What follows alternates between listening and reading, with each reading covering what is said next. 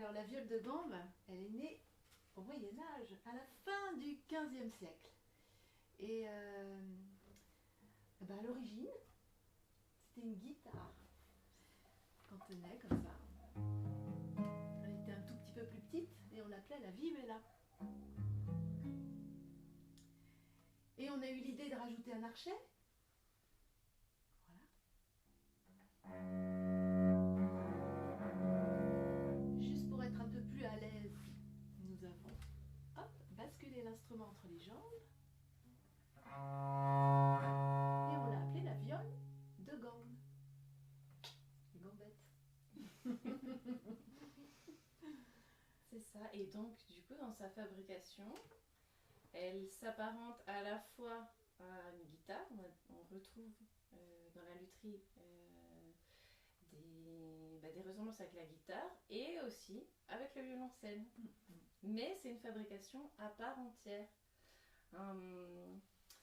On a plusieurs... en fait, on a des viols qui vont effectivement du Moyen-Âge jusqu'au XVIIIe siècle, là où elle perd un petit peu de son ampleur. Elle est remplacée par le violoncelle qui sonne plus fort. Et donc, on a au fil du temps plusieurs formes qui se dessinent dans la viole de gambe. Et des choses qui sont très variées selon les pays. Et puis aussi dans les bois, on est moins figé que dans le quatuor où on est avec souvent la table qui est en épicéa et puis les épices qui sont les côtés et le fond sont souvent faits pour les violons et les violoncelles en érable.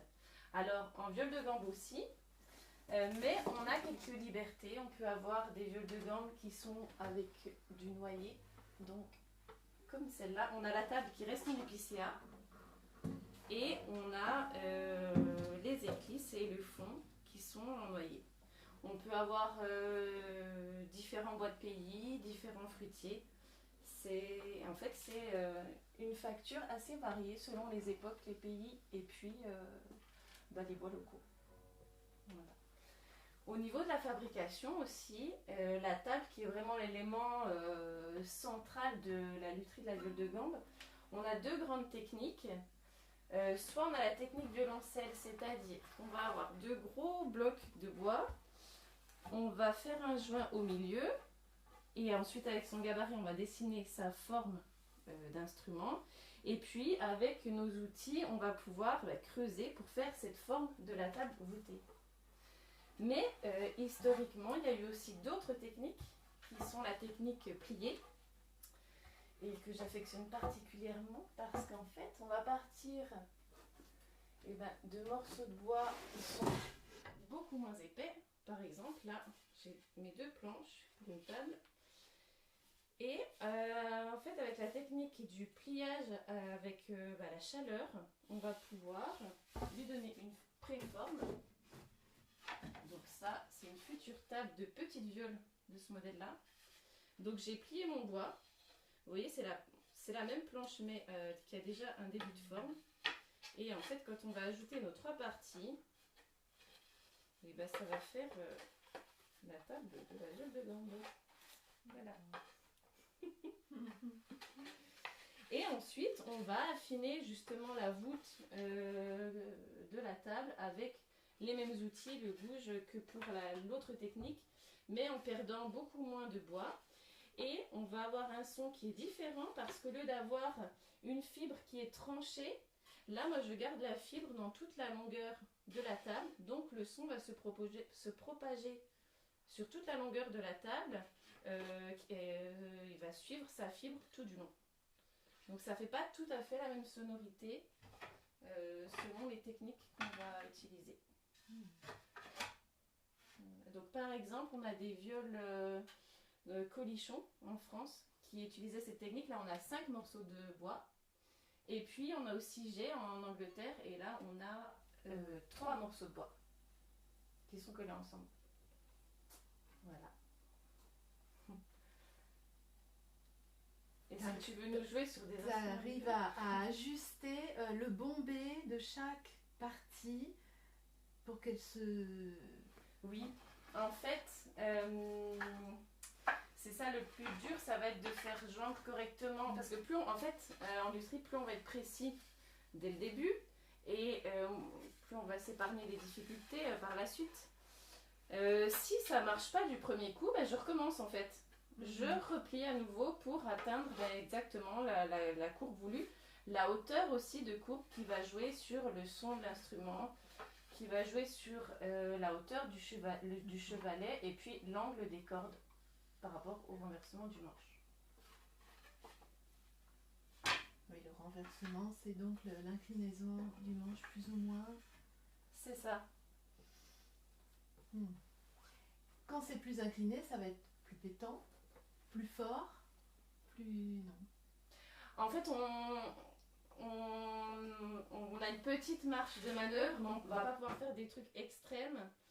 Parce que, par exemple, pour une basse, on va vouloir avoir un angle des cordes à 150 degrés sur la table. Pour que la pression soit pas non plus trop forte, mais qu'en même temps, il y en ait quand même une petite sur le chevalet. Donc c'est tout un équilibre. D'accord. Mais le son, on va plutôt l'obtenir. On doit garder quand même une certaine cohérence. On peut aller jusqu'à 153 degrés, allez, ok. Mais c'est surtout l'essence des bois qui vont avoir plus d'impact sur le son, la sonorité de notre viole, le modèle aussi, mais les essences de bois, c'est ce qui va donner le timbre de notre viole. Du coup, je vais essayer. Je vois qu'il y a 3 basses là. Il y a celle que je viens de jouer. Je vais peut-être jouer le même morceau, mais sur les 3 instruments. Ok? Alors, je commence par celle-ci. Tiens, je vais jouer quelque chose de petit extrait d'un prélude.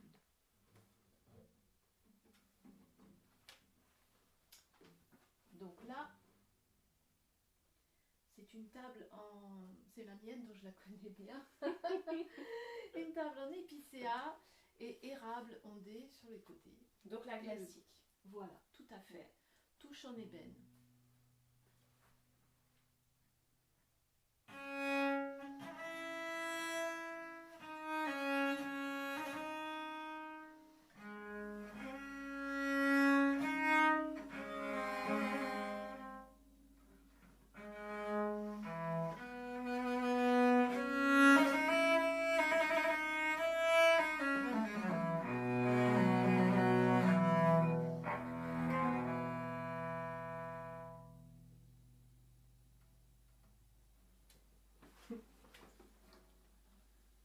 Alors, la deuxième viole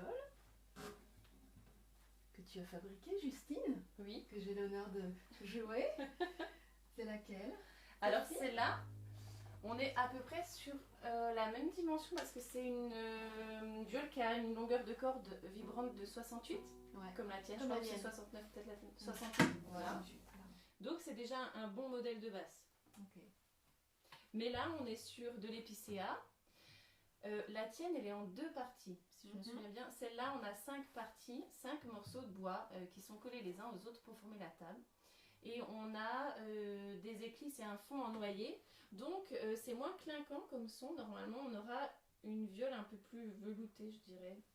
Après, au niveau des termes, à chaque fois, c'est un petit peu subjectif.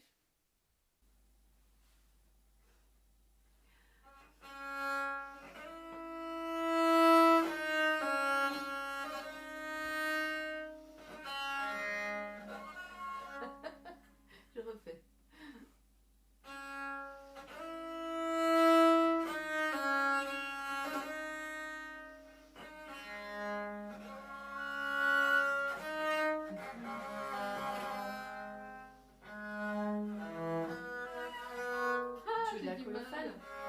Non, en fait, c'est pas le même arrondi. Tu vois, le chevalet n'est pas du tout arrondi de la même façon. Oui.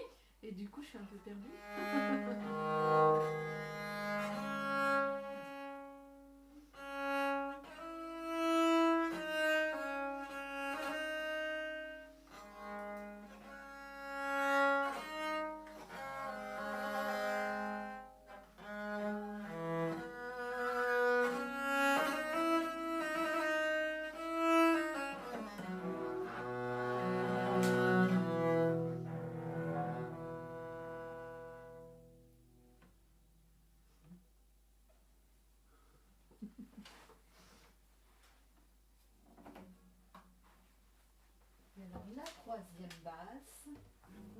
une base qui est plus petite, un modèle plus petit, un modèle anglais, avec une table en pareil, 3 parties celle-là, 3 parties parce qu'elle est plus petite, et une longueur vibrante de 67. Donc c'est un modèle plus réduit. Donc normalement il devrait sonner un petit peu moins fort, mais elle a été conçue pour jouer à la base dans des églises ou en petits concerts. Donc l'objectif c'était qu'en étant petite, parce que c'était pour une dame, il fallait qu'elle sonne bien, qu'elle puisse être jouée en petit concert. Et donc voilà, j'ai choisi l'épicéa, les rames qui sont le combiné qui fonctionne bien, mais la petite particularité pour lui donner un petit peu plus de sonnant, j'ai fait une table arrondie, un dos qui est un peu bombé et qui se faisait par exemple chez un luthier comme Tilk. Donc c'est une autre. Les viols de gamme sont souvent avec un fond plat, avec juste la cassure ici. Et historiquement, on a retrouvé quand même quelques instruments qui ont ce fond bombé. Et je laisse essayer.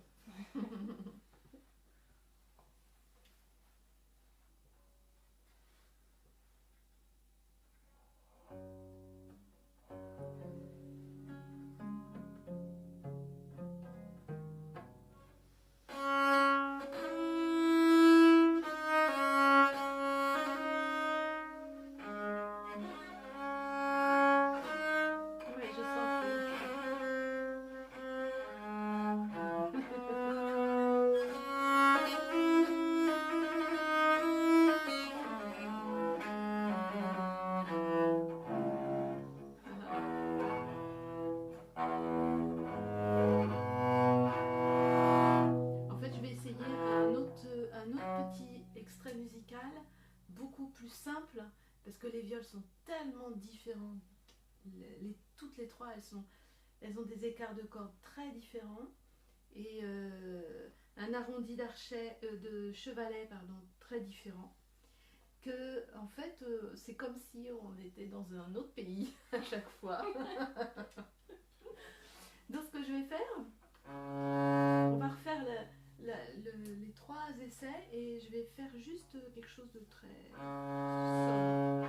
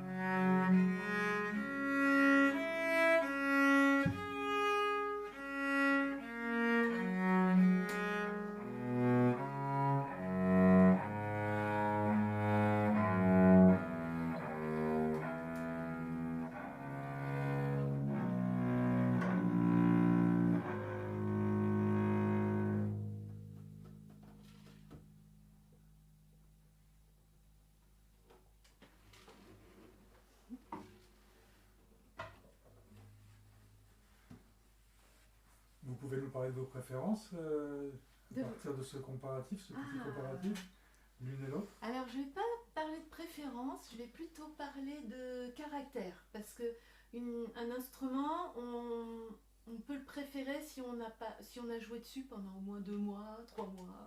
Voilà, il faut vraiment se l'approprier. Ouais, et puis lui aussi, il faut qu'il nous connaisse, qu'il connaisse notre façon de jouer. Et moi, pour l'instant, je suis habituée à celui-ci, donc tout va bien. Et après, les 2 autres sont intéressantes et je ne vais pas avoir envie de jouer la même musique dessus. Je pense que la 6 cordes, elle va être bien pour les ensembles de viol, les consorts de viol. La musique anglaise, en tablature, le PIDS, tout ça, parce qu'elle a quelque chose de très brillant et de précis, efficace. Elle répond très vite, je trouve.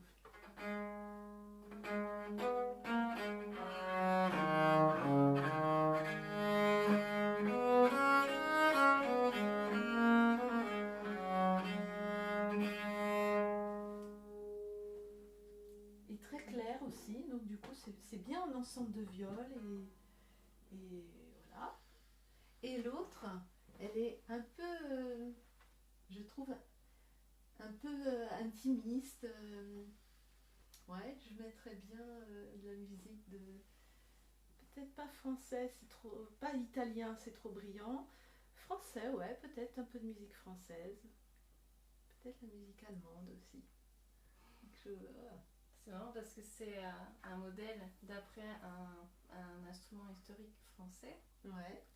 Et celui-là, c'est un modèle d'après un instrument anglais. Ah ben voilà. Et pas à la même époque, celui-là 1624-29. Ouais. Et celui-ci plus tardif en fait. Donc c'est rigolo. Ah bah oui. Que tu associes la musique et qui corresponde à leur au plan. Et ouais.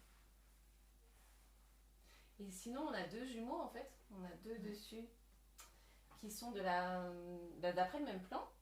Encore un plan de ce fameux luthier anglais Jay, et de la même époque, 1620 et quelques. Et donc on a les mêmes bois, on a une table en épicéa et des éclisses et un fond qui sont en érable pour les 2 modèles. C'est les mêmes dimensions, c'est le même plan. L'âme, c'est le même morceau de bois. La seule différence, ça va être ce morceau qui est la touche. Alors pour celle-là, je voulais une touche claire.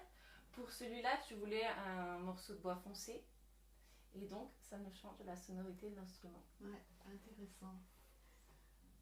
Alors, j'ai essayé ça.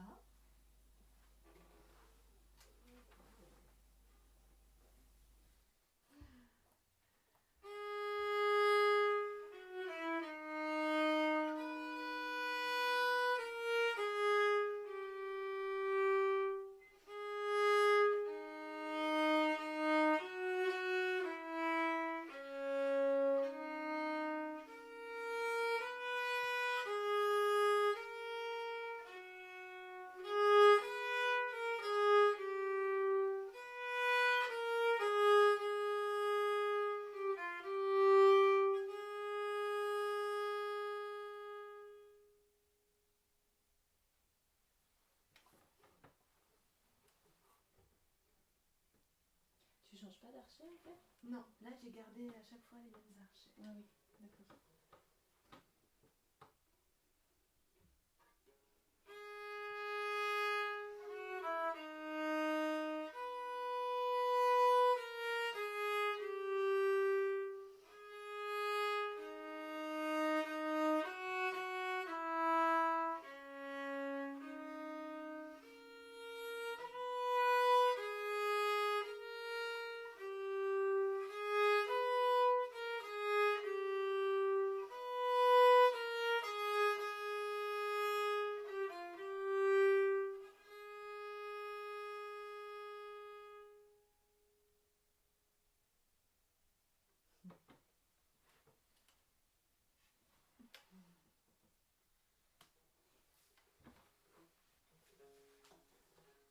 attends, je vais te le remettre là-bas.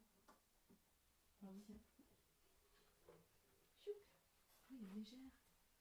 Et oui, elle est plus légère parce qu'en fait, À cause du... la touche est beaucoup moins dense.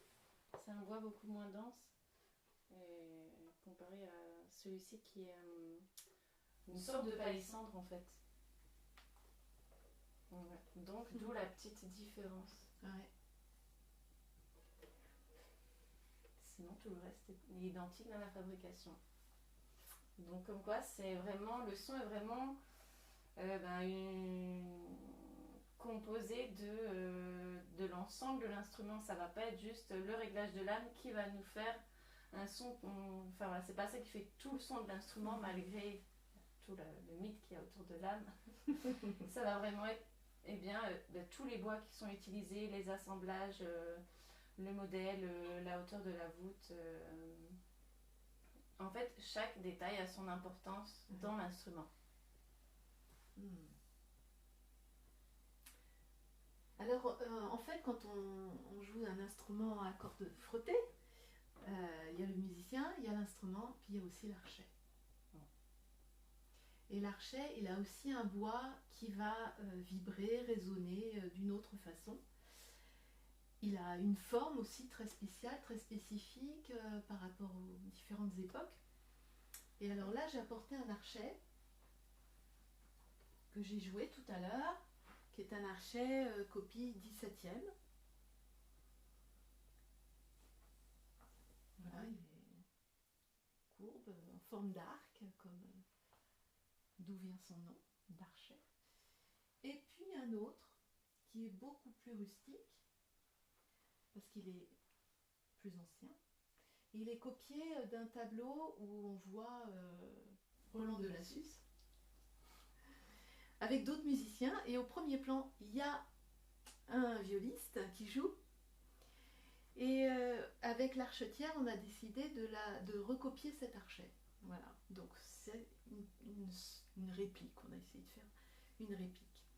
Donc il a une forme complètement différente, déjà c'est très différent des archets modernes, et en plus c'est aussi très différent d'un archet 17e. Voilà, celui-ci c'est 16e, un siècle d'écart.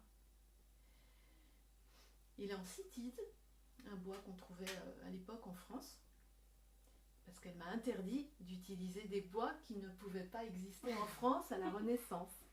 Donc voilà, ça pouvait être qu'un bois local. Donc en Bretagne, on trouve du cytis, donc on a pris du cytis. Celui-ci, par contre, est en bois d'amourette.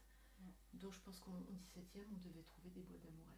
C'était les archers, d'après Nelly Poitvin, c'était les archers un peu luxe qui étaient en amourette. Ah. Ouais, les archers haut de gamme étaient en amourette et les autres étaient dans d'autres bois, probablement des bois peut-être moins chers ou moins exotiques. Ah oui. Ouais. Mais de nos jours, en fait, maintenant, souvent quand on fait un archet pour la viole de gambe, les gens veulent de l'amourette. C'est ça. Ouais. Rien que le nom, déjà, ça fait rêver. Alors, évidemment. Et c'est un joli bois, en fait. Et il est beau, il est moucheté, il est très joli. Un petit peu lourd. Oui. Bien. Celui-ci est plus léger. Le cytis est plus léger. Et alors, je vais te le transmettre et puis on va juste refaire quelques sons avec... Je commence avec le 17e? Non, je vais commencer avec lui, allez.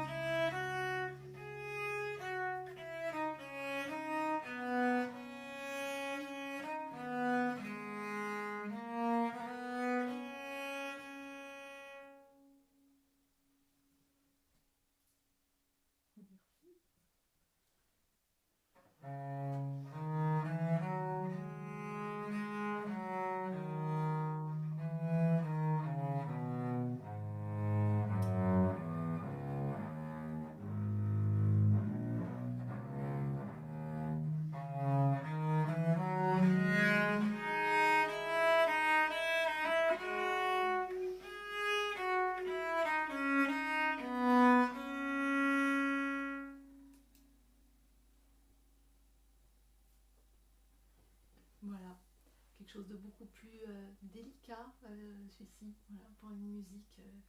Celui-là, j'utilise beaucoup pour la musique à danser de la Renaissance. Enfin, tout le répertoire Renaissance, c'est bien. Diego Ortiz aussi, voilà. C'est joli.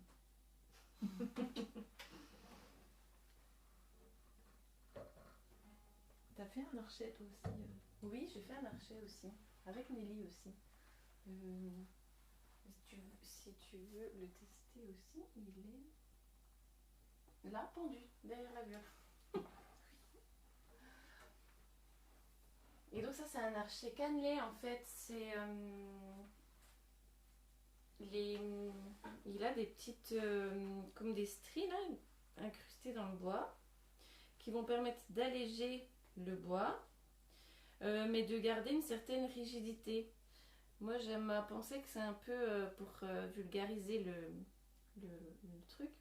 Nelly en parlerait mieux, mais en gros, moi, j'aime à penser que c'est comme le principe d'un IPN. C'est fin, mais vu que dans sa structure, il est composé de morceaux mis dans des sens différents, c'est un peu le principe de cet archet qui est affiné, mais rigide quand même. Voilà. Et c'est un archet à vis aussi. On n'a pas parlé des hausses. Mais oui. Tu veux en parler? Parce que c'est ton archet. Je l'essaye et puis oui. Après on regarde comment s'en fait.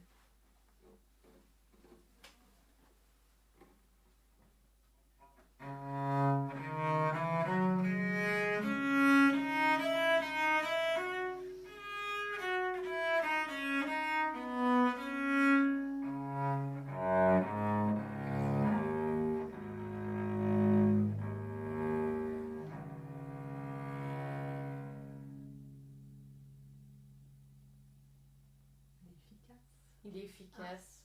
Il est efficace. Il est assez costaud, quoi. Ouais. En fait, l'autre, on a celui-ci, tu vois, j'ai besoin. Non, c'est pas lui. J'ai besoin d'agir vachement sur le crin. Là, presque pas. C'est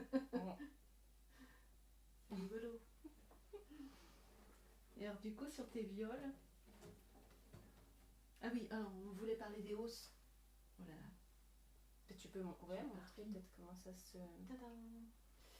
Voilà, parce que avant qu'on fasse des archets avec les vis, là... Où on tourne pour tirer la hausse vers l'arrière, ce qui fait que ça tend le crin.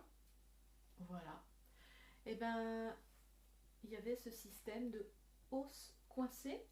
C'est-à-dire qu'il y a une petite encoche dans la baguette. Et la hausse se glisse, voilà. Et hop, et elle tombe. Et d'ailleurs, j'ai appris qu'on appelait ça frog en anglais. Ah, parce que ça saute. Ça saute. Voilà. Okay. Belle illustration de frog. Voilà, la petite hausse. Donc ça peut être plus ou moins haut si on a besoin de tendre plus ou moins l'archet. Donc voilà, il y a une petite encoche dans la baguette. On glisse la hausse sous les crins, tous les crins, voilà. Et ensuite on tend la baguette, on la tord légèrement, c'est très souple, hein, jusqu'à temps de mettre la hausse dedans. Et voilà, elle est en place. Ouais.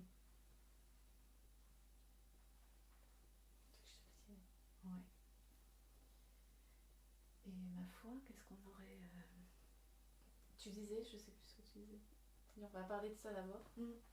Tes viols, si tu voulais... Ah oui, tu voulais laisser les archets Oui, sur les autres viols. oui. Alors lequel? Le rigide, le Renaissance, le rigide.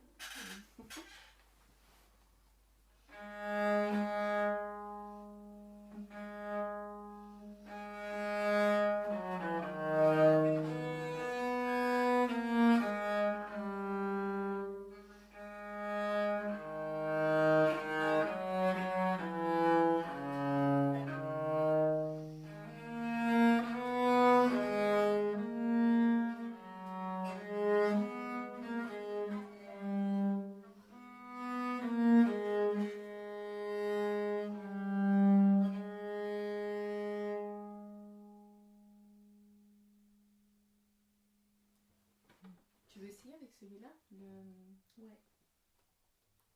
Comme ça, on est dans l'époque.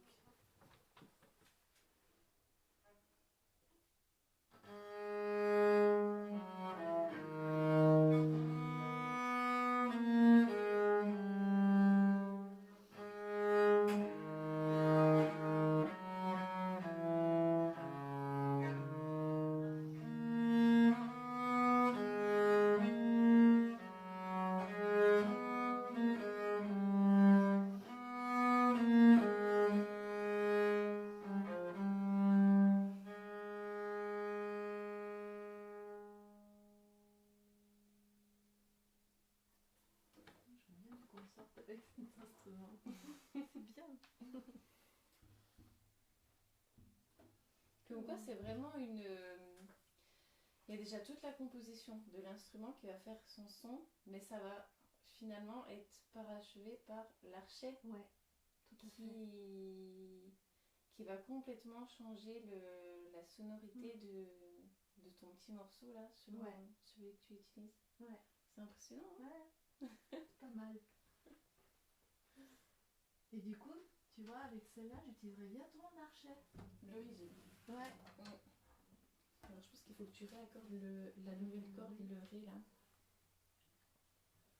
Ça.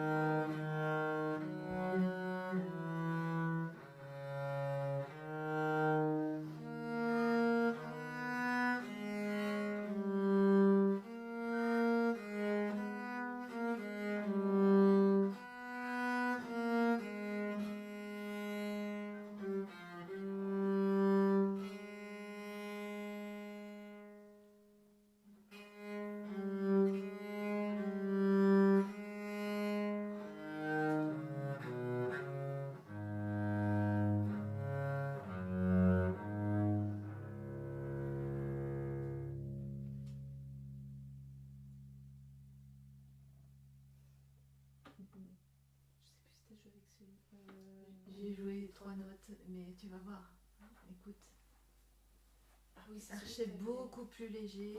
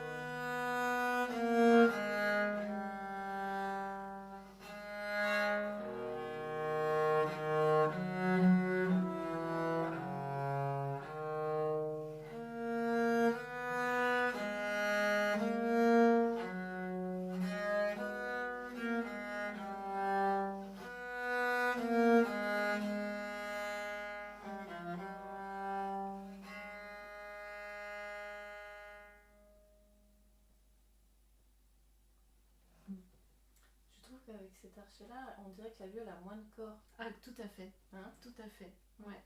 Et du coup, je suis obligée de jouer beaucoup plus sur la tension de crin, ce qui écrase en fait la corde et c'est moins agréable, ça sonne moins bien, ça étouffe un peu la corde.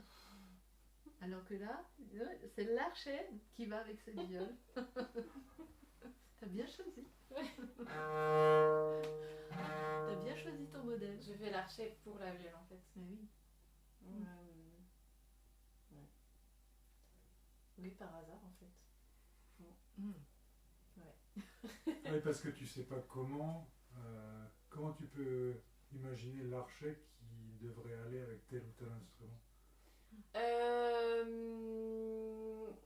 Alors, il y a une approche déjà historique. Par exemple, moi, quand je fais un instrument et qu'ensuite les gens me demandent un archet, je renvoie chez Nelly Poitvin et elle, qui est archetière, c'est son métier, elle va me dire ben, par rapport au bois, par rapport au modèle, par rapport à l'époque, je conseille plutôt tel ou tel archet.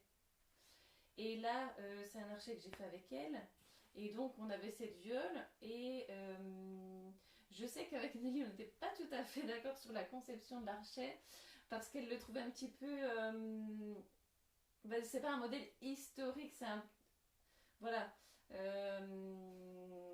Il y avait des choses que j'aimais sur un archet, des choses que j'aimais sur un autre archet. Donc, j'ai fait un mix qui, pour elle, c'était pas très orthodoxe. Mais elle est bon, d'accord. En fait, moi j'ai choisi cet archet-là parce que avant d'avoir Nathalie comme prof, j'avais une prof italienne. Et donc il fallait vraiment que ça sonne, il fallait que la viole envoie du son. Et voilà pourquoi je voulais un archet pas trop léger et plus... je sais pas si on peut dire plus nerveux pour un archet, mais un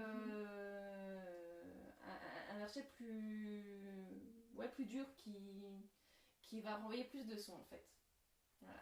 Voilà pourquoi j'ai choisi ce modèle-là. Parce que j'étais déjà influencée. En fait, on est toujours plus ou moins influencé, je pense, par quelque chose qu'on a entendu qui nous a plu. Oui, au départ, oui. Parce qu'on nous a enseigné. Tout à fait. Au départ, on part un peu dans le flou. Hein. On tente, on essaye. Et puis après, au bout d'un moment, on se dit non, ça va pas, ça va pas. Et là, on peut se dire il faut telle chose ou telle autre. Ouais, c'est ça. Et puis, c'est aussi des questions de. Je pense que c'est hyper subjectif. Tout n'est pas rationnel, peut-être. J'ai une dame qui était venue qui me décrivait. Elle voulait une viole, elle me décrit le son. Et dans ce qu'elle me disait, moi je comprenais la viole anglaise en épicéa érable. Je lui fais essayer, elle me dit ah oui, c'est ça. Et je lui dis on va quand même essayer un autre modèle. Donc on essaye un autre modèle avec des bois différents, une viole plus douce.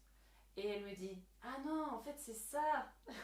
Ouais. Donc c'est super compliqué déjà de mettre des mots sur les sons qu'on entend peut-être. Hein. Ouais. Quand on dit plus douce, plus veloutée, un archet plus fort, c'est du vocabulaire et c'est du subjectif, c'est du ressenti. Donc, heureusement, il y a le coup de foudre qui fait qui nous fait, voilà, qui nous permet de décider, de choisir. Parce qu'il y a une partie qu'on n'a pas, qui semble être très importante, c'est la sensation. Ouais. Que nous, donc on entend le son de l'instrument, mais on n'a pas le toucher, on n'a pas la vibration en direct. Ça, c'est quelque chose qui est très intime finalement. C'est vrai, ouais. Parce qu'il y a tout qui vibre en fait. Il y a la baguette de bois, enfin, on sent les vibrations partout, jusqu'à la tête, les clés, tout vibre. Si on met légèrement la main là sur les instruments, et même l'archet. Alors l'archet des fois c'est plus difficile à sentir, mais on y arrive. Et la sensation, c'est vrai que nous, à notre niveau là, quand on est derrière cet instrument, on entend des choses peut-être qui ne sont pas perçues au-delà d'un mètre. De la même manière, on peut avoir une projection que tu n'as pas. Que nous, nous n'avons pas, ouais, effectivement.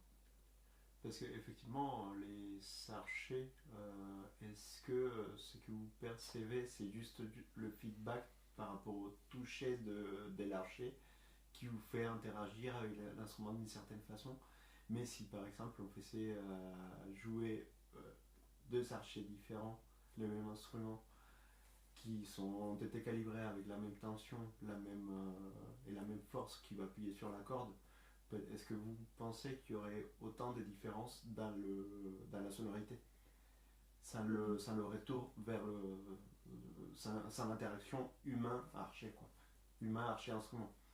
Mhm. J'ai jamais réussi à trouver deux archets avec même tension, même équilibre, même poids.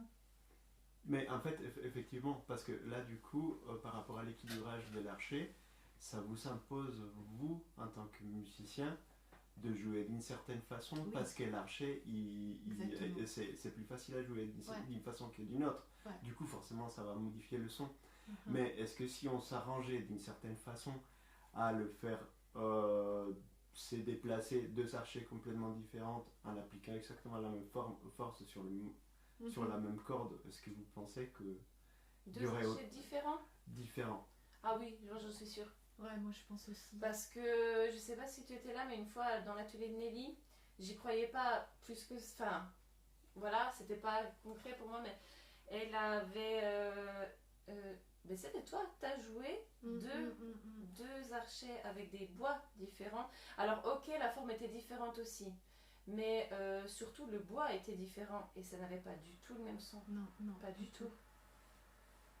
Donc, oui. Moi, je pense. Hein. Ouais. Je sais pas ce que t'en dis, mais. Ouais. Parce que de la même façon, en fait, vous parliez tout à l'heure de la touche. Est-ce que dans les deux instruments qu'on a écoutés avec des touches, avec des essences différentes, est-ce que c'est uniquement la touche qui change ou c'est vraiment dans l'assemblage? Non, Oui, qu'il y ait vraiment des la différences dans les assemblages ou dans les, je sais pas, dans le morceau, dans le moment de faire la déformation du bois, des choses qui vont jouer tout au long de la fabrication de l'instrument, qui font que finalement, même si c'est deux instruments qui ont été conçus sur le même sur le même plan, juste des petites modifications qui ont été rajoutées, même infimes, au cours de la fabrication, qui ont fait que l'instrument sonne déjà différemment, quoi. Oui, il y a les deux. Il y a les deux parce que effectivement c'est les mêmes bois mais c'est pas le même arbre. Donc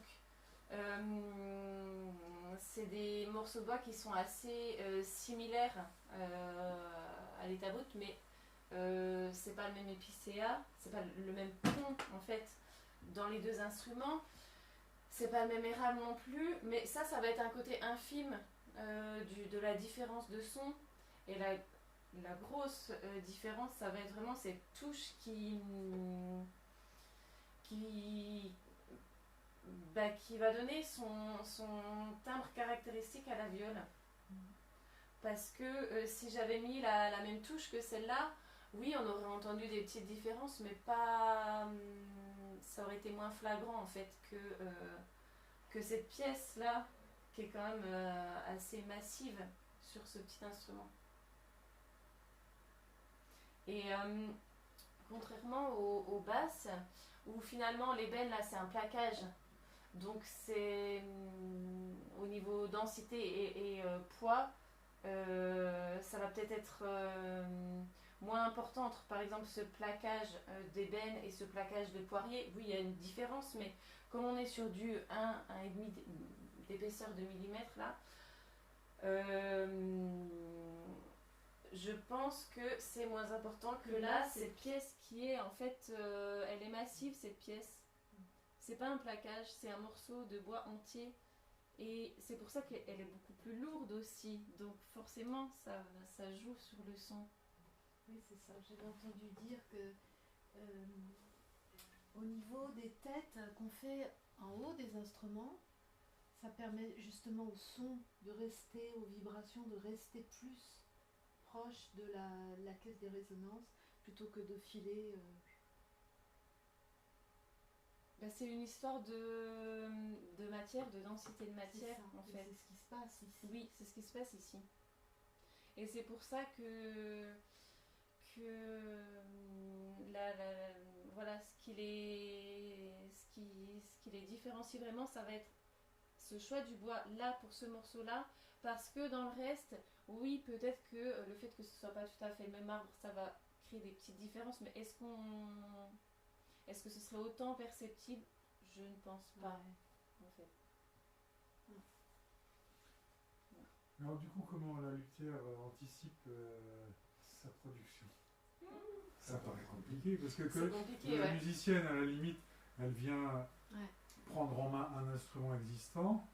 Bon, on a entendu qu'avec l'archet, ça va différer. Bon, on peut anticiper en fonction du programme, etc. Mais l'instrument existe, il est jouable. Bon, et puis ça me plaît pas, je fais avec, je fais pas. Mais pour la luthière qui fabrique, qui anticipe le prochain instrument, puis celui d'après encore, comment faire évoluer, comment améliorer sa production finalement, alors que les paramètres sont ils ont l'air si fuyants, si fluides. Oui. Déjà, comme je disais au début, en fait la viole c'est un ensemble, c'est pas un morceau de l'instrument qui va faire qu'il est bon, qu'il est mauvais, qu'il est réglé comme ci, comme ça. On va pouvoir jouer sur énormément d'éléments en fait. Et selon ce qu'on veut, on va pouvoir s'orienter dans différents choix. On va pouvoir, déjà à la base, selon le modèle qu'on va choisir, le plan qu'on va choisir, soit on va créer son plan à partir de son expérience, des modèles qu'on a déjà fabriqués, soit on va s'attacher à des plans historiques qu'on a retrouvés, des plans d'instruments qui sont dans des musées et qui ont déjà été fabriqués par d'autres luthiers, parce que depuis qu'on refait des viols de gambe, finalement tout le monde a fait la Colichon, tout le monde a fait la Jay 1624, tout le monde a fait une Bertrand, voilà. Donc déjà à la base on a ce choix de plan comme pour une maison, et puis ensuite on va affiner sur chaque étape le choix du bois. Vous avez vu que si je choisis un noyer, on aura un son qui est plus doux que si je vais choisir un érable qui, on sait, fonctionne super bien. C'est le bois qui est utilisé pour les violoncelles. Donc c'est le bois qui sonne. L'érable avec l'épicéa, ça sonne. C'est hyper efficace. Donc c'est pour ça aussi que c'est resté chez les violoncelles. Donc ensuite, voilà, on va choisir ses bois. Et puis dans chaque étape, à chaque morceau, on va avoir cette réflexion de je pars sur quoi. Par exemple, sur celle-là où j'avais besoin d'une petite viole mais qui sonne bien, j'ai choisi les bois en fonction, et je vous ai dit, j'ai choisi ce do qui est voûté, qui va faire un peu comme le principe d'une église, qui va nous renvoyer le son, ça va nous faire une voûte qui nous renvoie le son. Il y a aussi toutes les parties qu'on ne voit pas, qu'on ne connaît pas dans la viole. Il y a des renforts, il y a des pièces d'épicéa qui sont collées dans le fond. À chaque fois, plus on va aller vers quelque chose de massif, plus on va un peu mettre en sourdine le son. Mais après, il y a aussi, voilà, on ne peut pas non plus faire des épaisseurs qui sont trop fines parce qu'on a des exigences techniques. Il faut que notre instrument il tienne. Il faut voilà, faut pas que la boîte se plie en deux parce qu'elle est trop fine.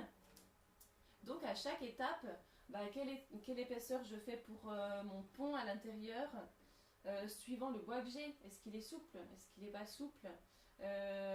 Les veines du bois, espacées, pas espacées, qu'est-ce que je peux me permettre? En fait, c'est ça aussi qui fait la différence, je pense, entre un instrument de luthier et un instrument de fabrique qui peut être de très bonne qualité.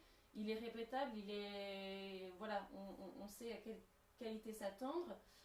Par contre, les gars se posent pas la question à chaque étape de se dire attends, est-ce que je rabote encore un petit coup là ou pas, alors que sur une viole de luthier, à chaque étape, moi je me pose la question, est-ce que l'épaisseur est bonne, est-ce que ça convient, est-ce que c'est dans l'optique de mon instrument.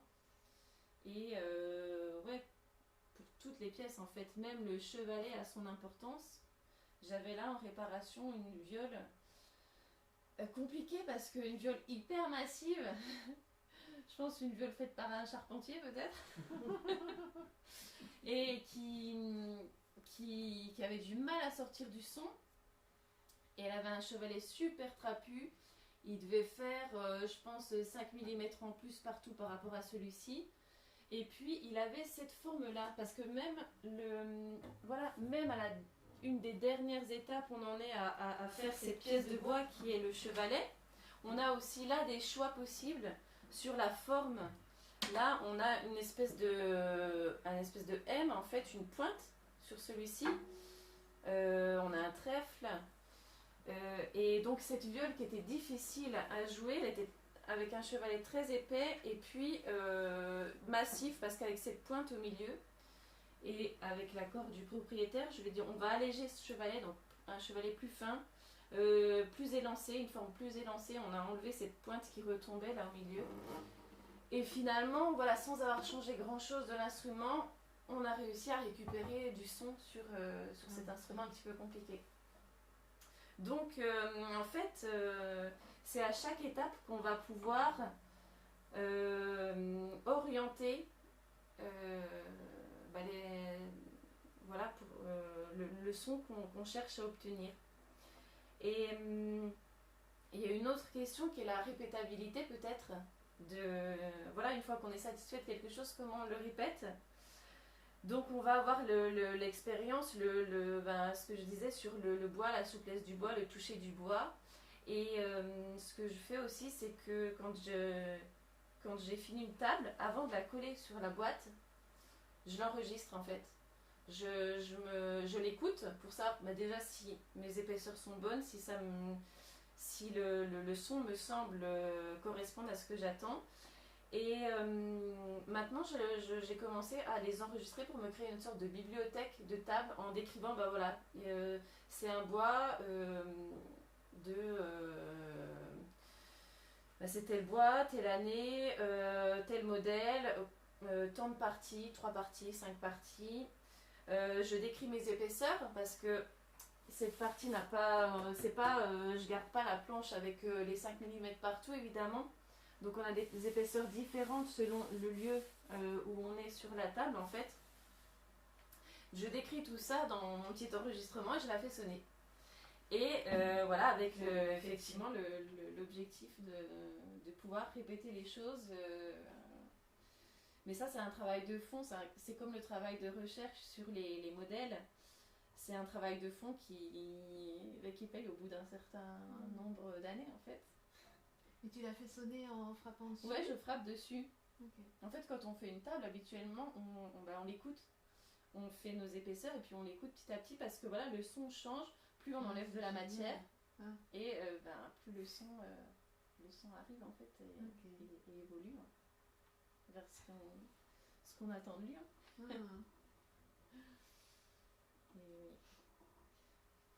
Tu t'es déjà servi de ces enregistrements sur la table suivante, tu as réécouté, essayer de comparer pour... Pas encore, parce que j'en ai pas eu pour l'instant d'utilité, dans le sens qu'on m'a pas demandé le même instrument qu'un qui avait déjà été écouté. Mais c'est aussi intéressant sur les idées reçues qu'on a parfois, parce que je me souviens que pendant la période Covid, j'avais commandé du bois et là, pour une fois, c'était pas moi qui l'avais choisi. Donc j'ai appelé mon scieur de bois de lutherie parce que c'est du bois de lutherie. En fait, c'est du bois qui est choisi sur pied. Le scieur va dans la forêt choisir son arbre parce que déjà lui a ce travail de recherche sur le son. Il sait ce qu'un luthier va attendre d'un épicéa. Donc lui déjà va choisir dans sa forêt l'épicéa qui convient pour faire son bois de lutherie. Il va être coupé d'une certaine manière, il va être séché d'une certaine manière. En fait, dès cette étape-là, ça participe à la qualité de l'instrument parce qu'on a des bois choisis à la base, découpés dans un certain sens, séchés d'une certaine manière. Et voilà, c'est pour ça qu'un instrument qui est fait avec du bois séché vite fait sera forcément pas de la même qualité. Et donc, pendant le Covid, il m'a envoyé d'après ce que je lui disais, il m'a envoyé des planches d'épicéa. Et quand j'ai reçu l'épicéa, je me suis dit, ah non, mais il a pas compris, c'est pas ça que je voulais. C'était dans l'aspect du bois déjà, on avait des veines beaucoup plus espacées. Et pareil, dans le toucher du bois, c'était pas ce que j'avais l'habitude de travailler. Et donc, pas le choix, j'ai fait mon instrument, voilà.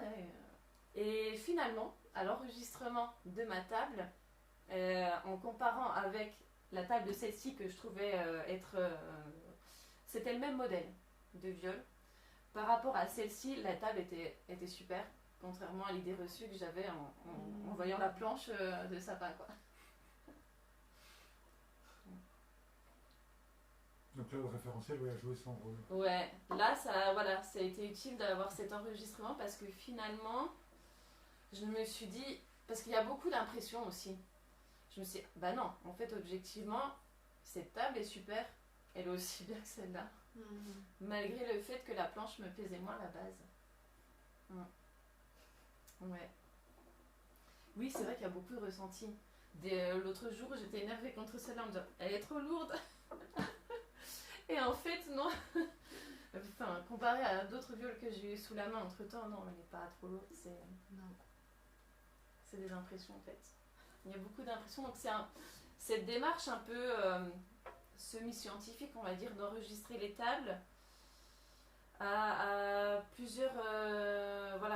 Est utile sous plusieurs angles dans la fabrication. Le côté répétable, mais aussi le côté objectivable des choses. Ouais, parce que tout à l'heure, tu racontais l'histoire de la personne qui est venue acheter une viole. Peut-être s'il n'y avait pas eu la deuxième, elle aurait pu prendre la première. C'est ça, ouais. Là, c'était juste une écoute comparative, un test comparatif indirect. Oui. Ou est-ce que peut-être, si elle avait pris la deuxième sans savoir écouter la première, est-ce que ça lui aurait plu ça... Ouais, peut-être. Après, quand on n'a pas de comparatif, je pense que ça aurait fait l'affaire. Mais finalement, en fait, c'était pas ce qui... Voilà, finalement, ce qu'elle me décrivait à l'écoute, finalement, ce qui la touchait plus, c'était la deuxième, qu'elle n'aurait pas pensé elle pensait pas à ce type de viol, finalement. C'est pour ça que c'est vrai que c'est assez compliqué de travailler sur commande, parce qu'on essaye de s'entendre sur, de décrire le son qu'on voudrait, de décrire l'instrument qu'on voudrait, mais mon objectif c'est quand même d'avoir quelques-uns à l'atelier pour pouvoir faire essayer pour de vrai, comme ça on n'est plus sur de l'imaginaire, de l'impression, en les ayant sous les doigts. Et c'est vrai que même les réglages, tu vois, le fait d'avoir parce que sur le chevalet on peut avoir une courbe plus ou moins prononcée. Alors si on est sur un chevalet un peu, disons, plat entre guillemets, ça va être peut-être plus facile à jouer parce qu'on fait moins de va-et-vient avec l'archet, mais en même temps il ne faut pas que les cordes soient non plus trop proches les unes des autres parce que sinon on va jouer deux cordes en même temps. Donc c'est aussi une appropriation de l'instrument en fait. Donc c'est pas mal de pouvoir essayer. C'est vrai que c'est chouette de pouvoir essayer pour savoir finalement qu'est-ce qui nous plaît vraiment. Parce que c'est toujours la grande question en fait quand on commande un instrument, qu'est-ce qui nous plaît. Tu nous as pas parlé de temps qu'il faut pour faire tout ça, l'échelle de temps? L'échelle de temps, c'est comme quand je racontais l'histoire du scieur qui va dans la forêt choisir l'arbre et puis qui prend le temps de laisser sécher son instrument, enfin le bois pour les instruments. Par exemple, la petite viole qui est là-bas, c'est un bois. Alors la petite viole, où elle a quelques années, elle a été faite en 2014. Mais c'était un bois qui a été coupé et donc mis à sécher en 1993. Donc déjà, il faut un certain temps pour avoir son bois sec de qualité. Et c'est la même chose pour pareil, toutes les étapes de fabrication. Voilà, quand j'ai une planche qui ne se plie pas tout à fait bien, je pourrais la coller comme ça, puis allez, ça fait l'affaire. Sauf que si, en fait non, moi j'ai envie de faire les choses correctement, donc je replie mon doigt, et oui, ça prend du temps. Et comme je fabrique toutes les pièces de l'instrument, on pourrait acheter un chevalet qui est fabriqué ailleurs, mais déjà c'est pas dans mon éthique de fabrication, on va dire, c'est pas l'esprit de la maison. Et en plus, si je fais faire cette pièce ailleurs, je perds mon savoir-faire. Je sais plus la faire. Donc, oui, comme tout est fait à l'atelier, moi je pars de morceaux de bois qui sont des morceaux bruts. Voilà, ça c'est du sapin, voilà. Ça prend du temps. Et je pense que pour faire des bonnes choses, il faut prendre le temps. C'est comme un vernis en fait. Sur cette viole-là, c'est un vernis qui est un vernis à l'ancienne, un vernis gras à l'ancienne, on appelle ça comme ça. Et au début, pour faire ce vernis, il faut plusieurs couches très fines. Au début, entre chaque couche, entre la première et la deuxième couche, on va laisser sécher 3 jours. Et puis, ensuite, au fil des couches, on va laisser 6 jours, 9 jours, une semaine, puis 1 mois. Et puis, dans la dernière couche, normalement, on devrait laisser 3 semaines entre les 2 dernières couches. Donc, rien que le vernis, il faut du temps pour qu'il soit fait correctement. Donc, imaginez voilà, pour toutes les pièces de l'instrument.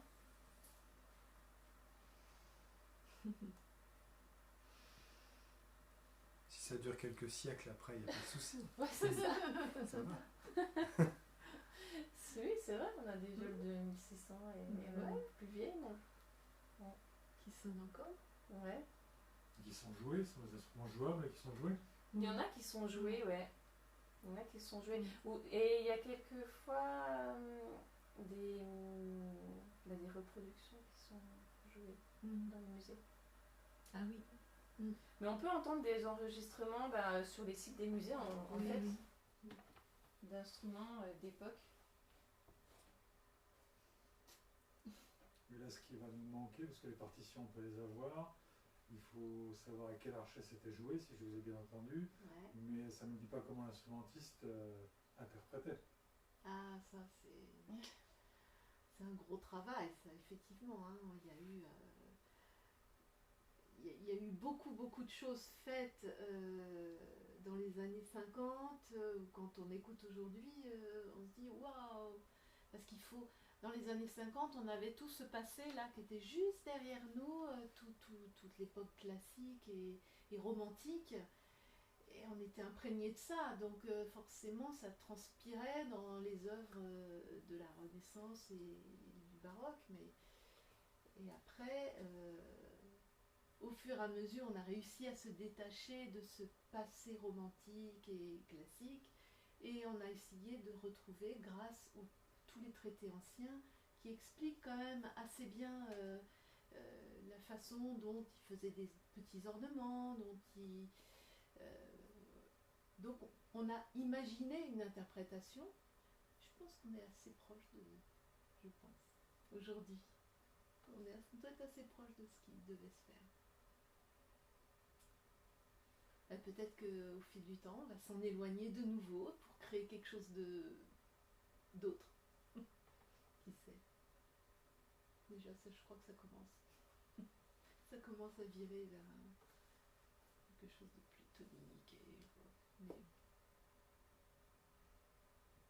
C'est vrai que ce qui est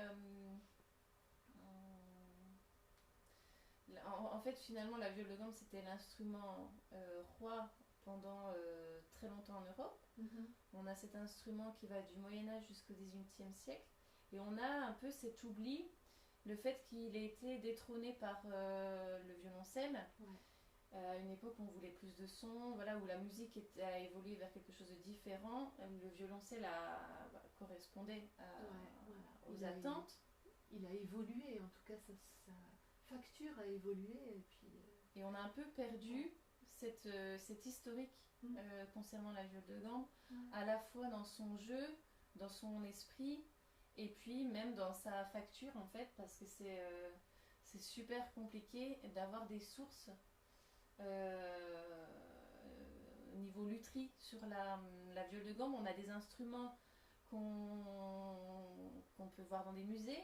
Certes, il y en a beaucoup qui ont disparu, il y en a beaucoup qui ont été modifiés en fait, parce que quand ça a été la mode du violoncelle, on a trafiqué la viole pour que tac, on la transforme en violoncelle. Avec quelques changements, ça passe. Et donc, effectivement, on a perdu, avec ce désintérêt pour la viole de gambe, on a perdu beaucoup de données sur sa facture et sur son jeu. On a ouais, on n'a que quelques modèles, nos modèles de référence, les modèles qui sont parvenus jusqu'à nos jours.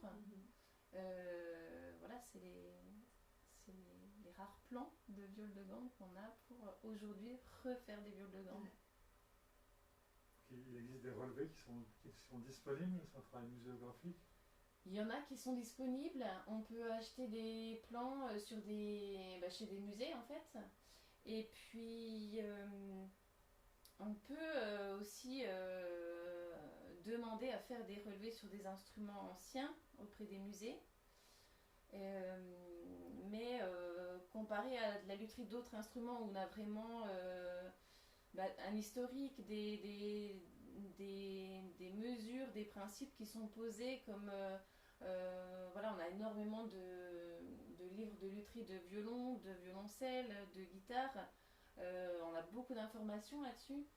Sur la viole de gambe, à ma connaissance, on a un livre de lutherie de viole de gambe. Ouais. Et le reste, on a les plans qu'on peut trouver qui sont faits d'après les quelques modèles qui sont parvenus jusqu'à nous. Après, est-ce que ces modèles étaient des super instruments de l'époque ou juste ceux qui par hasard sont arrivés jusque-là? On ne sait pas non plus quoi. Ouais. Bon, ça fonctionne, ça plaît, mais est-ce que c'était les proportions, les mesures, les modèles qui... Il ne devait pas y en avoir deux pareils en plus à l'époque. Non, en fait, c'est, voilà, comme on disait au début, c'est la viole de gambe, c'est super varié. Déjà, c'est une période longue, et puis c'est toute l'Europe qui aime la viole de gambe. Et voilà, avec des bois différents, donc et des techniques de lutherie différentes, donc c'est riche. Mais difficile quand on veut faire un travail de recherche et de... Et alors toi Nathalie, comment tu as adopté ton instrument habituel? Eh ben... Je viens de la guitare, moi. Je faisais de la guitare classique et je jouais dans un petit ensemble de musique, dans un petit conservatoire, musique ancienne évidemment. Et j'avais le choix, je m'étais dit je vais faire peut-être du luth pour intégrer cet ensemble.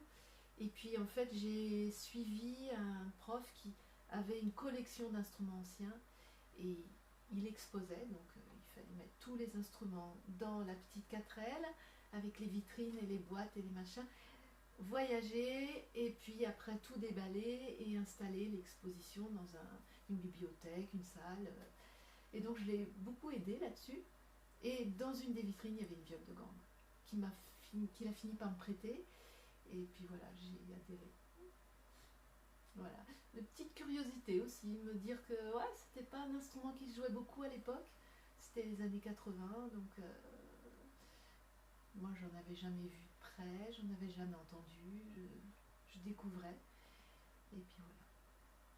Et donc l'instrument qui est le tien aujourd'hui, avec lequel tu joues, comment ça s'est passé? Ah, alors celle-là, c'est ma deuxième viole. J'ai eu que des instruments de luthier parce qu'à l'époque, aujourd'hui, il y a des factures chinoises qui essayent de copier nos super instruments de luthier avec beaucoup de difficultés quand même. C'est pas ça.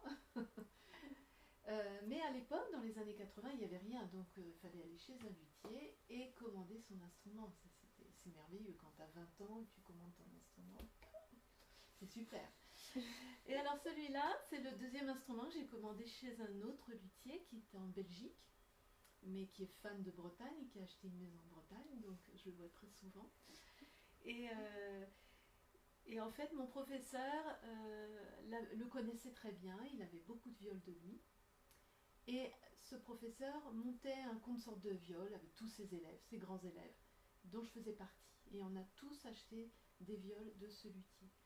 Voilà. C'est intéressant, quand on joue en ensemble, d'avoir des instruments fabriqués par le même luthier, parce qu'il va utiliser le même modèle pour tous les gens, le même genre de bois, c'est la même façon de travailler. Donc c'est chouette d'avoir cette unité dans un ensemble.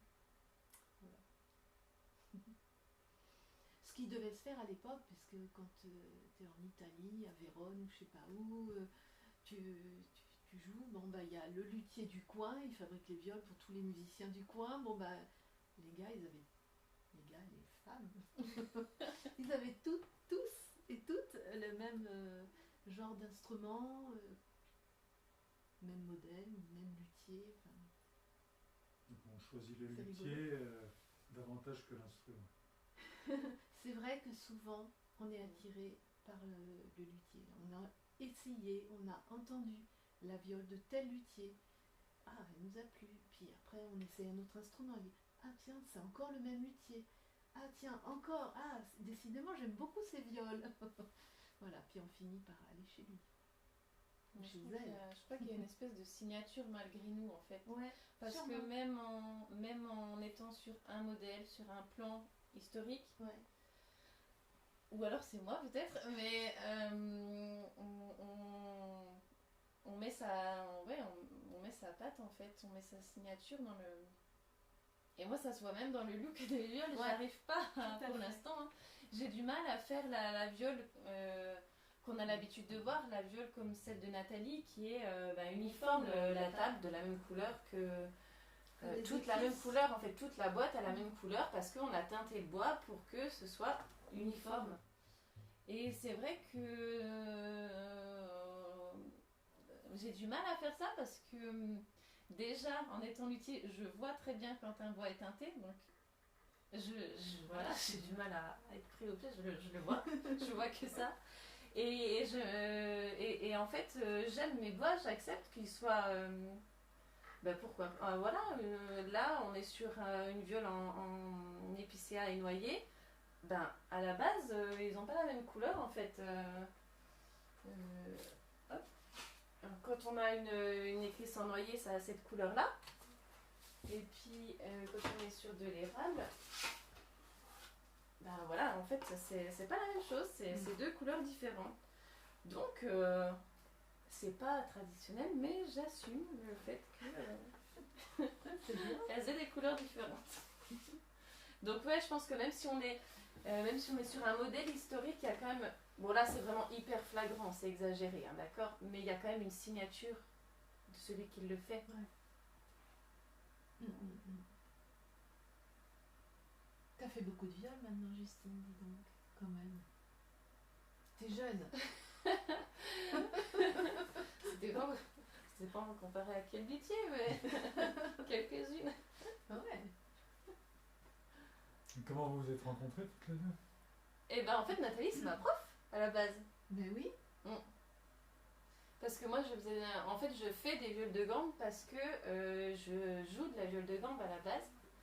Alors, je rassure, je fabrique mieux les viols que je ne joue. Mais Tu te fais plaisir. en jouant, oui. Ouais. Oui. Et donc, c'est comme ça que j'ai rencontré Nathalie en prenant des cours. Parce que moi aussi, au début, j'avais une viole chinoise. Je crois que quelqu'un m'a dit, oh, il y a une luthière à Lannion. C'est à l'époque tu habitais Lannion. Oui. Je crois que j'ai entendu parler de toi comme luthière avant de te donner des cours. Ah, d'accord.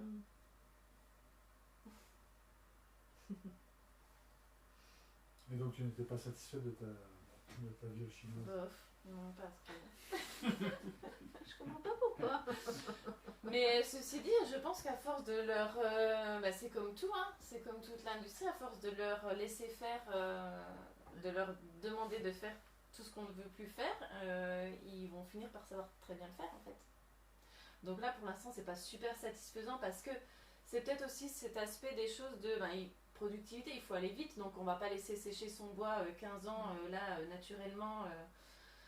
Quand on colle quelque chose, voilà, moi j'utilise des serre-joints, des clemcia, donc je mets sous presse chaque assemblage, chaque collage. Apparemment en Chine, on met la colle, on appuie comme ça, puis tac, on empile et on passe à autre chose. Donc, et il n'y a pas cette réflexion, il n'y a pas le temps d'avoir cette réflexion à chaque étape sur est-ce que j'affine encore, quelle forme, par rapport à ce bois-là, est-ce que l'épaisseur convient. En fait, il y a un modèle et on suit le modèle, c'est tout quoi, on se pose pas la question. Donc forcément on n'a pas le même instrument à la fin. Non, c'est sûr. Et ça s'entend et et c'est galère à jouer en plus. C'est galère à jouer. On peut pas aller loin avec. Quand on pratique l'instrument, qu'on est à l'aise dessus, on va lui demander quelque chose. On va demander des sons très forts, on peut sans que ça craque. Ouais, j'en ai tellement. Ouais, quand on veut. Voilà, je fais exprès. Ça, une viole chinoise, elle va pas nous donner ça. On pourra pas aller aussi loin dans le son, dans le. Voilà. Et bon, les réglages, ça peut encore s'arranger chez un luthier, mais c'est dur à jouer une viole chinoise. Quand on débute, on s'en rend pas trop compte. Mais on est vite limité. On a fait une conférence avec Julien Poubiliez qui lui il fait La lyre. de la lyre. Et du coup il nous parlait des répliques chinoises qui disaient que effectivement il y avait plein de gens qui voulaient s'élancer, du coup ils prenaient une viole chinoise un instrument chinois et qui pouvaient être il y en avait qui pouvaient être bons, d'autres qui étaient vraiment très mauvais. Parce qu'effectivement, ils ne prenaient pas le temps de le savoir, mais qu'ils mettaient tous des bois exotiques, par exemple, dans la confection des instruments. Et du coup, il s'est posé la question par rapport à l'apprentissage de l'instrument.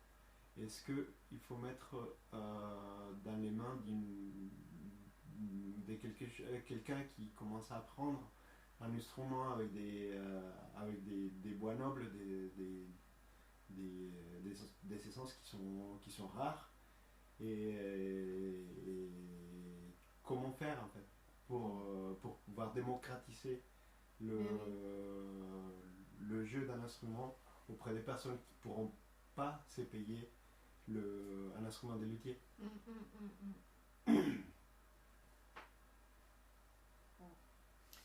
C'est le gros problème. Ouais, c'est le problème. Mais c'est... Il y a un peu cette problématique dans tous les instruments parce que l'autre jour je recevais une pub pour les luthiers qui font revente, ce que je fais pas en fait, c'est-à-dire qu'on achète des instruments et on les revend. Et là c'était waouh super, la contrebasse, regardez le cordier, la touche sont en ébène. Et c'était un instrument, c'était pas un bon instrument, c'était un instrument de début de gamme. Et moi je peux pas m'empêcher de me dire mais pourquoi on met de l'ébène, pourquoi c'est autorisé de mettre de l'ébène sur un instrument de facture pas génial quoi. C'est la viole chinoise qui a son cordier et sa touche en ébène quoi. L'avantage, c'est que j'ai vu des violes chinoises avec des touches en érable et elles étaient toutes tordues au bout de 10 ans. Le manche est tout tordu. Alors que avec l'ébène, je pense qu'il y a un peu plus de tenue. Ouais. Mais c'est sûr, c'est malheureux. Après, avec un plaquage, avec un plaquage fait correctement, ça peut. Ouais. J'ai une amie là qui veut apprendre, qui veut essayer la viole de gamme, donc qu'est-ce qu'elle va trouver comme instrument pour commencer? Je pense qu'elle va trouver la viole chinoise pour commencer. Ouais, au début. Et c'est vrai, c'est dommage, c'est comme quand on fait commencer un instrument à un enfant. On va lui acheter la guitare chez Thomann pas cher parce qu'on n'est pas sûr qu'il continue. Est-ce que s'il arrête, c'est pas parce qu'il galère sur sa guitare nulle? Je sais pas. Ouais. Je sais pas. Pourquoi on donne toujours des mauvais instruments aux enfants pour commencer? Il y a une question budget, oui, certes. Et puis le délai, de toute manière. Si un gamin à 8 ans te dit je veux jouer de la viole de gambe, ok, écoute, on va aller voir Justine. Il faudrait que j'ai un stock. Il faudra que tu patientes environ 8 mois. Oui, il faudra qu'il patiente 8 mois, ouais. Mais en même... Après, pourquoi pas commencer par la viole chinoise pour réfléchir à ce qu'on veut vraiment comme instrument. C'est sûr qu'au début, de toute façon, moi aussi, je suis passée par la viole chinoise à l'époque.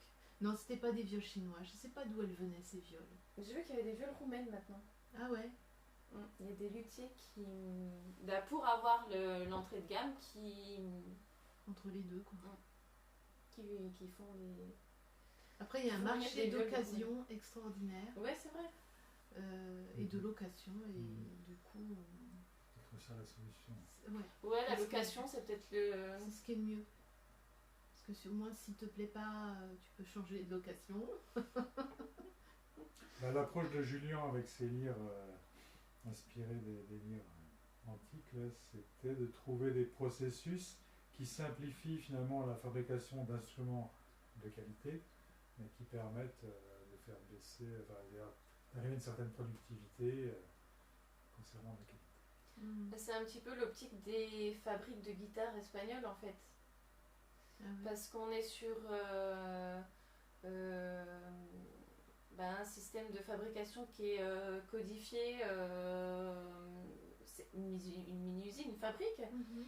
Et donc, on aura la qualité de la fabrication, mais pas poussée à l'extrême, avec la réflexion à chaque étape, avec des bois magnifiques et tout, mais on aura quand même la répétabilité et la qualité attendue sur ce type d'instrument. Donc, je pense que c'est un bon compromis, la fabrique de guitare espagnole. Il faudrait pouvoir le faire pour tous les instruments, peut-être. Et Facile. pour une luthière, donc quelqu'un qui travaille en indépendant comme toi, quelque chose est envisageable de ce côté-là, si tu devais... Non, je pense qu'il y a beaucoup d'investissements sur peut-être les machines déjà, parce que moi je fabrique tout à la main en fait. Voilà, mon outil principal ça va être le rabot à la main avec ses différentes tailles. Les rares machines que je vais utiliser, c'est une scie à ruban et une calibreuse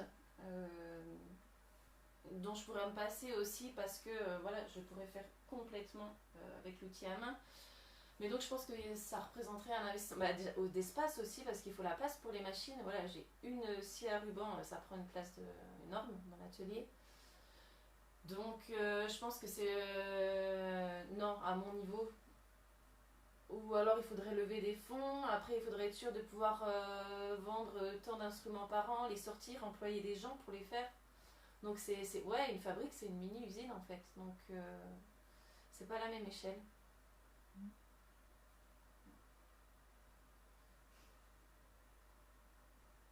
On estime à combien les personnes qui jouent de la viole en France? Bonne question. Alors, près de Reims, il y a un grand festival, le Festival international de la viole de gambe. C'est à Asfeld. Et Asfeld, c'est un village où il y a une église qui a été construite au XVIIe siècle par le seigneur du coin qui dit aux villageois, voilà, je veux bien construire votre église, mais je m'occupe de l'architecture. Et il a convoqué son copain architecte et lui a dit, voilà, je veux une église qui ait la forme d'une viole de gambe. Et il a construit son église en forme de viole de gambe. Et donc, c'est devenu aujourd'hui le Festival international de la viole. Évidemment, on ne pouvait pas aller ailleurs. Et ça réunit les premières années où on a fêté, ça a lieu tous les 2 ans. C'était la 10e édition, donc ça fait donc 20 ans que ça existe. Et la première année, je me souviens qu'on était 900 violistes, mais comme c'était international, il y avait des Anglais, des Italiens, je crois même qu'il y avait même des Américains la première année. Là, on est un petit peu moins nombreux, on sent que le festival s'essouffle, mais on reste encore 300 violistes, c'est pas mal. Et on ne peut pas tous venir, hein, parce que c'est loin. Mais ouais, je pense que si on estime... c'est difficile. Hein. Il y a des bonnes classes de viol c'est à Besançon, à Lyon, à Paris, ouais, il y a des... Besançon.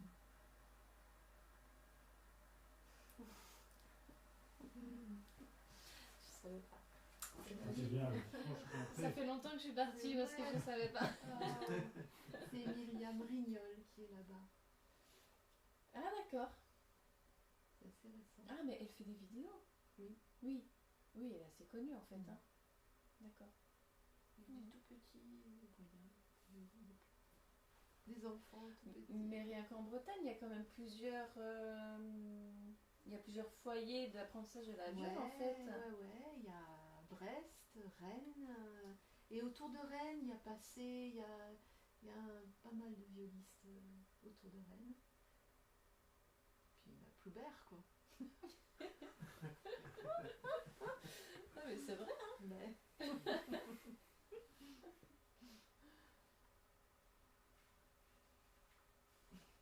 Est-ce qu'on a oublié de parler de quelque chose? Moi, je voulais juste évoquer le fait que on a parlé de l'instrument, on a parlé des archets, mais on n'a pas parlé des cordes. Mais D'accord. Oui. Ça, c'est très important en plus. Oui. Oui. Ouais. C'est trop... parce que les cordes, disons, quand elles peuvent plus, elles peuvent plus. Non, en fait, c'est des cordes en boyau, donc c'est assez fragile quand même. Un boyau d'animaux. Boyau d'animaux, donc mouton, bœuf principalement, qui sont traités pour faire une corde, donc nettoyer, puis il y a tout un processus. Filet, torsadé comme ça. Et donc là, en fait, souvent on a les basses qui sont en boyau filé avec un métal, c'est argent, souvent. Et pour réduire le diamètre de la corde, parce que si on restait sur du boyau, on a des boyaux assez épais, des cordes assez épaisses, et c'est un peu dur à jouer quand même. Ouais. C'est très joli comme son, mais c'est pas le plus facile à jouer. Donc voilà pourquoi dans les graves on est filé. Alors l'avantage du boyau, c'est que c'est une sonorité particulière aussi. Hein. Si on met un autre matériau, on n'aura pas le même son sur la viole de gamme. Et suivant la qualité des cordes aussi, là aussi on a des différences de son. Comme quoi, hein, vraiment toutes les parties sont importantes. Mais l'inconvénient, c'est que c'est assez fragile. On l'a vu cet après-midi, c'est pour ça qu'on a eu des petits problèmes à la corde, c'est qu'on a dû changer des cordes.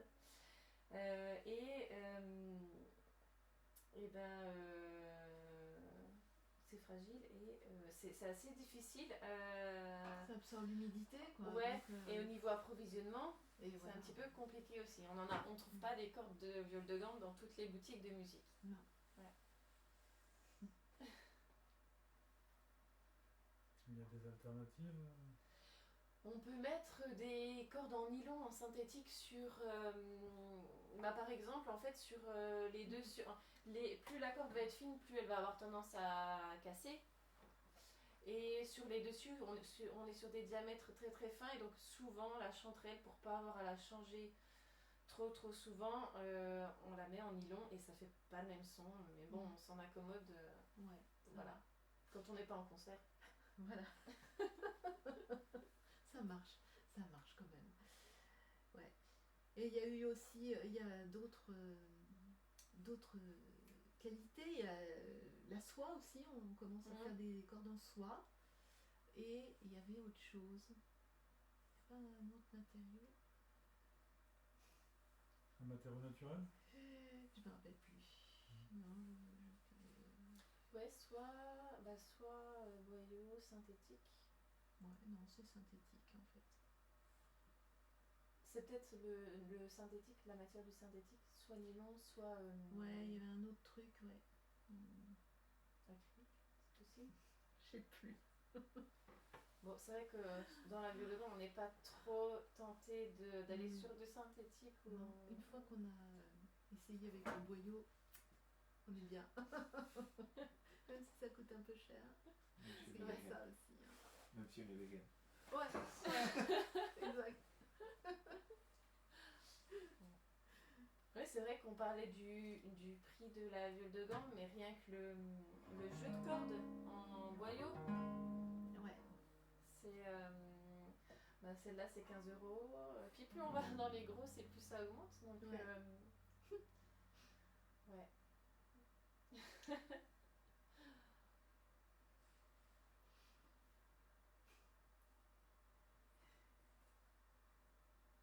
Est-ce qu'on pourrait finir un peu avec un peu de musique? Ah oui, Ouais. ah oui, ce serait bien.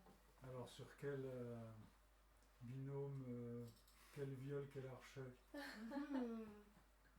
C'est génial, hein. J'ai le choix aujourd'hui. Trop bien. Ah bah tiens, attends, je vais finir. Il y a un petit Michel Delabarre. Je vois qu'il est là.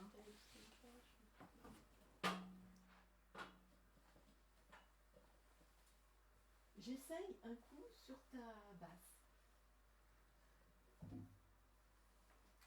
Alors c'est celle qui a le dos rond? Non, c'est celle qui est en noyer, donc c'est celle qui est plus douce.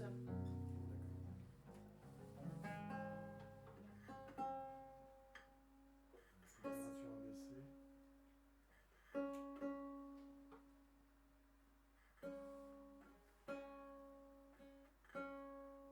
Du coup, l'archet, Ouais. qui est fait pour elle. Forcé.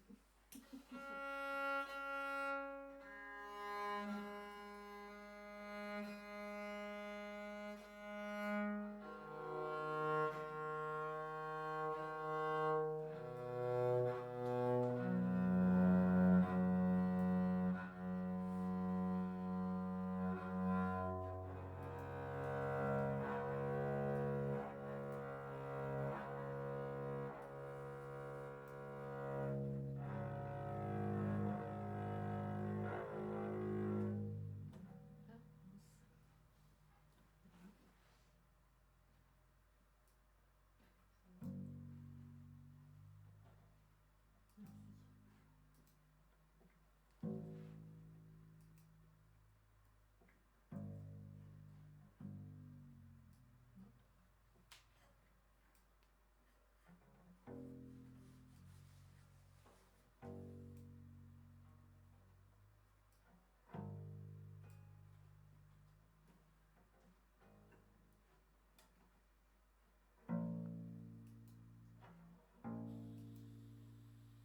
Merci.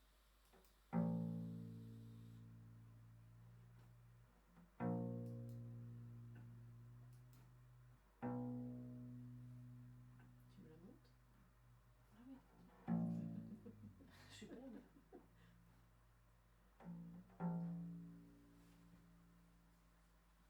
Ah oui, c'est ici.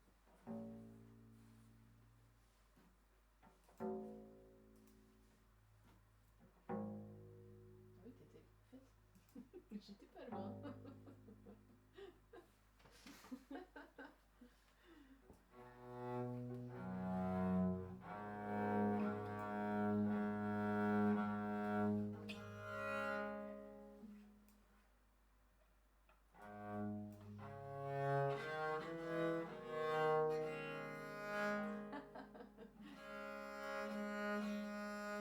Ouais, je vais prendre la mienne quand même, parce que là, je vais faire n'importe quoi.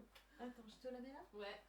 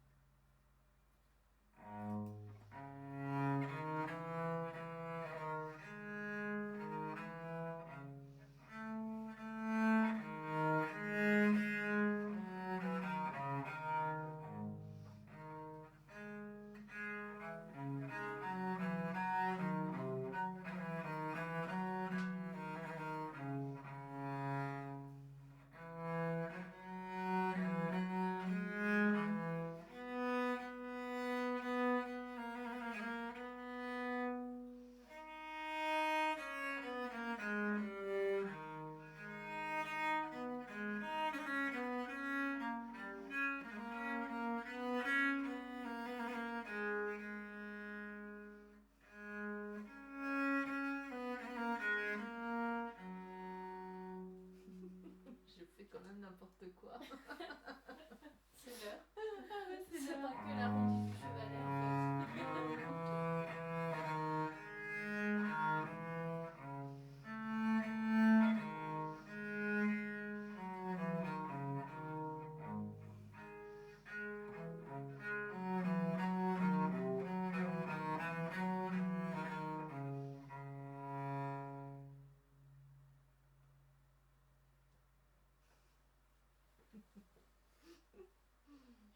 Mais c'est vrai qu'en fait, on dit souvent qu'il y a les frettes sur l'instrument, donc c'est facile, contrairement au violoncelle où waouh, c'est génial, ils savent faire sans frettes. Ouais. Mais en fait, on les regarde pas les frettes, c'est vraiment une sensation. Tu regardes pas ton instrument, c'est pour ça que finalement tu es habitué à celui-là et t'as pas besoin de le regarder pour savoir où sont Tout à fait. tes repères. Ouais. Et puis t'as l'écartement des cordes qui peut être un peu différent aussi. Ouais. Enfin bon, il y a Et selon la longueur de corde, les frettes ne sont pas placées au même endroit. Ouais. Et puis celle-là, elle a cette corde, celle-là, elle en a 6, donc en fait ça joue aussi dans les repères mentaux de... Ouais. C'est pas facile de passer d'une à l'autre. Et là, mon chevalet vient d'être fait, donc il est très très arrondi. Oh. Et tes chevalets à toi sont un petit peu plus plats. Ouais, ils sont moins arrondis. Du coup, il y a un angle différent pour chaque corde. Oui. Moi, je vais avoir beaucoup de chemin entre chaque corde. Mais tu connais. Et je connais, j'ai réappris en fait, tu vois. Ah, quand t'as changé de chevalet, t'as senti aussi la différence. Ah ouais, vachement. Et toi, tu vas avoir beaucoup moins de chemin. Entre chaque corde. Ça change tout. Toute la technique. Ouais, tous les repères, toutes les habitudes. Ah ouais. Et c'est pour ça rien qu'au niveau du réglage, on va pas faire la même chose pour une personne ou une autre en fait. Aussi. C'est pour ça qu'il m'a fait un chevalet très arrondi, parce qu'il m'a dit, si tu veux quelque chose de plus plat, je peux te le faire. Par contre, si je te fais un chevalet plat et que tu veux quelque chose d'arrondi, il faudra que je refasse un autre chevalet. Ah oui. Donc voilà, il me l'a fait comme ça. Et ça me convient.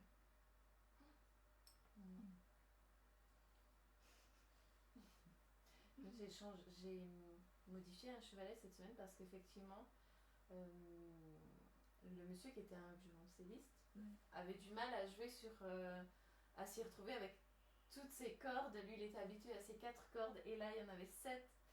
Et comme il était moins courbé que celui-ci, il touchait toutes les cordes en même temps. Et donc, voilà, on a fait un chevalet plus arrondi pour qu'il ait plus de facilité à jouer.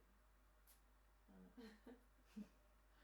Mais effectivement, quand il l'a essayé, il me dit « Ah oui, c'est ça, c'est bien, mais il faut que je réapprenne parce que je connais plus les écarts pour aller d'une corde à l'autre. » Ouais, c'est ça.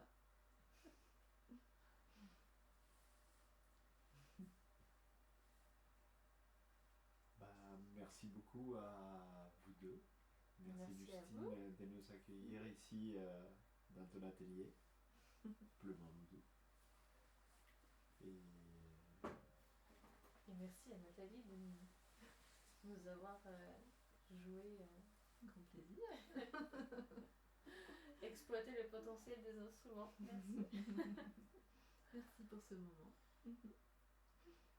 Et rendez-vous au mois de janvier pour la semaine du son avec les frigeurs sonores. Ok.